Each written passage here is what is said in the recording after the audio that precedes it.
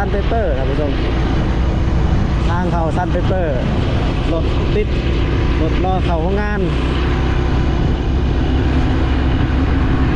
เจียกระดาษ A4 อยู่ที่สปป.ลาวเมืองเซโปน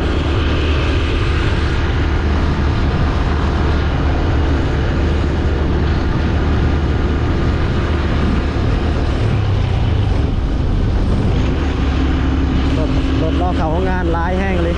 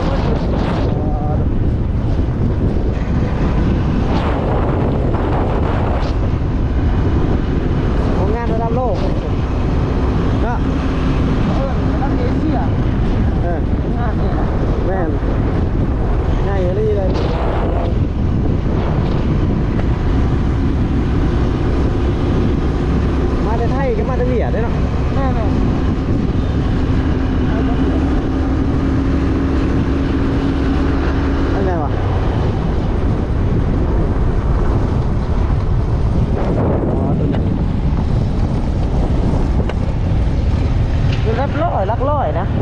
เนาะติดกันพี่น้องเลยถ่ายให้เบิ่งเส้นทางเขาเฉยๆเนาะอยู่โรงงานเจียกระดาษโรงงานซันเปเปอร์จีนเข้ามาลงทุนอยู่ในเมืองเซโปนประเทศลาวเดี๋ยวบริษัทหยุดคลิปตรงนี้ก่อนเดี๋ยวครับเบิ่งอัปเดตเส้นทางต่อไปเอาเพื่อเอาตู้ขามเพื่อขามคาบักเซ่พี่น้องแล้วก็รถจักรกับสีขามมาทำกันแหละคุณสาวมาพี่น้องไม่ไหวยันรถทันจับตัวนี้แหละก่อยเลยสาวเหมาะพายนำมาแล้วขามเซ่สา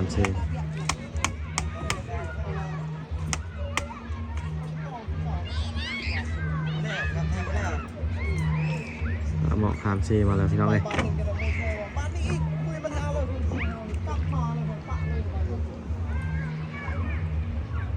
ตู้ในตู้สาบานแถวเจ็ดเซบังเฮียงพี่น้อง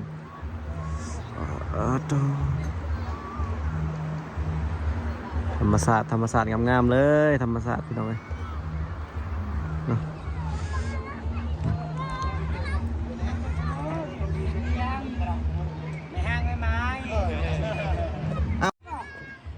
สาวพี่น้องพี่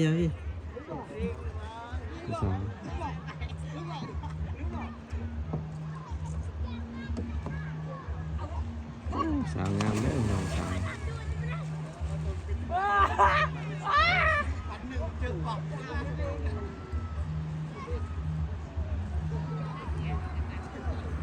เอาย่างอีกขั้นหนึ่งบ่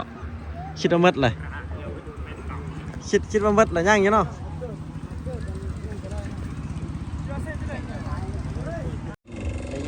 พอดีเลยจริงคนหน้า